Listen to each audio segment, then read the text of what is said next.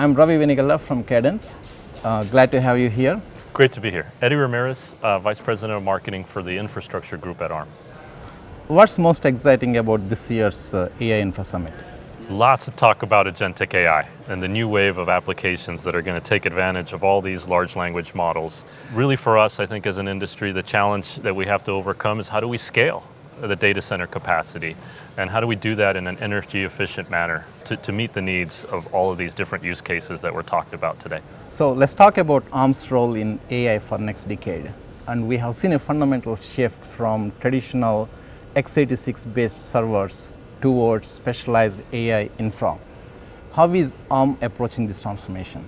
Yeah, I think you're seeing that change where the traditional paradigm of taking a single commodity server and just scaling it out to try to meet the capacity demands is no longer the approach that's going to meet the needs of the age of AI. We're really now focused on custom-built AI hardware. How do we integrate heterogeneous systems?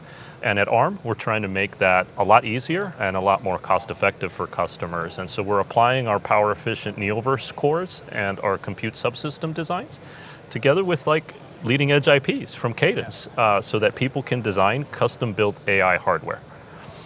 We've seen a lot of talk as well from Cadence about this sort of custom-built hardware design and doing so in the age of AI.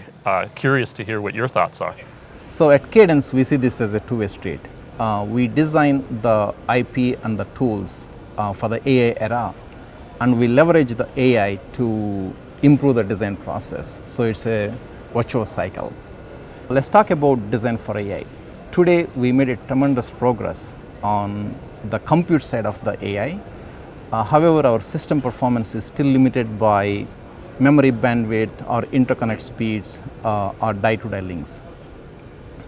At Cadence, our IP strategy is centric to developing technologies like HBM4 for AI training, LP6 for inferencing, PCIe Gen7 and UA-Link for cluster scaling, and UCIe 64 for chiplet integration.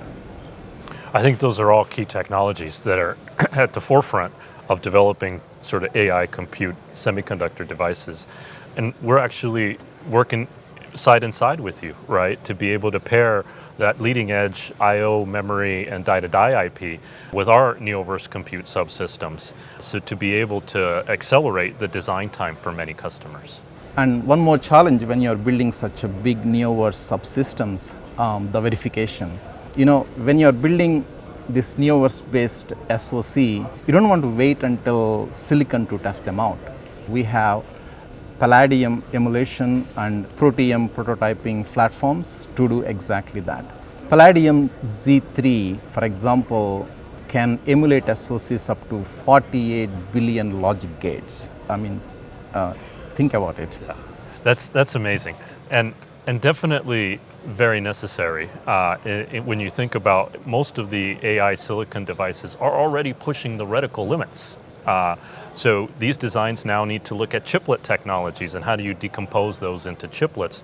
And so being able to actually validate two chiplet designs in an emulation environment is really a key step right now in the design process. So we're using many of those tools as well, right, when we think about our design flows.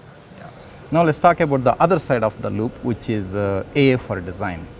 At Cadence, we have been infusing AI into our EDA tools, and ARM has been one of the early adopters. And Cadence Cerebrus, for example, uses generative AI to optimize the design flow for PPA, and SimAI and Verisium uses machine learning to find the bugs much faster. So this is how design for AI meets AI for design. You're right. We're coming full circle, right? And we're excited by the capabilities of the EDA tools. For example, validation. Significant amount of time, effort, and energy into validating these complex silicon designs. So being able to use AI tools to help accelerate that is going to really save people when it comes to design time and man-hour efforts. So really great to see more features coming out in the EDA tools, and we'll definitely take advantage of those. Eddie, we talked most about design and the tools. Now let's discuss the big picture, enabling the AI ecosystem. How are ARM and the Cadence collaborating to enable that broader ecosystem? Well, it really thanks to Cadence for helping over the last 2 years. We've really been working together around an ARM Total Design ecosystem initiative that's pulled in a lot of partners in the industry to really try to figure out how to shift left some of that design work. So for example, we're already co-validating our Neoverse compute subsystems with a lot of the IP that you mentioned, the I/O IP, the die-to-die IP, so that it gives partners confidence, right, that we've already worked out a lot of the integration optimization as well. So we're doing things like test chip development to prove out some of those future technologies. And then we're also working on specifications like the chiplet architecture specification that we are working on together, so that it gives designers a better way of how to decompose their silicon-based designs into chiplets. So lots of great activities that we've done over the last few years that definitely should help designers going forward. So Eddie, it's been great talking with you. We are partners in accelerating the AI system design and deployment for our customers. Thank you very much. No, great to be here and look forward to more collaboration together on this area. Thank you. For more information, visit cadence.com. And arm.com. Thank you.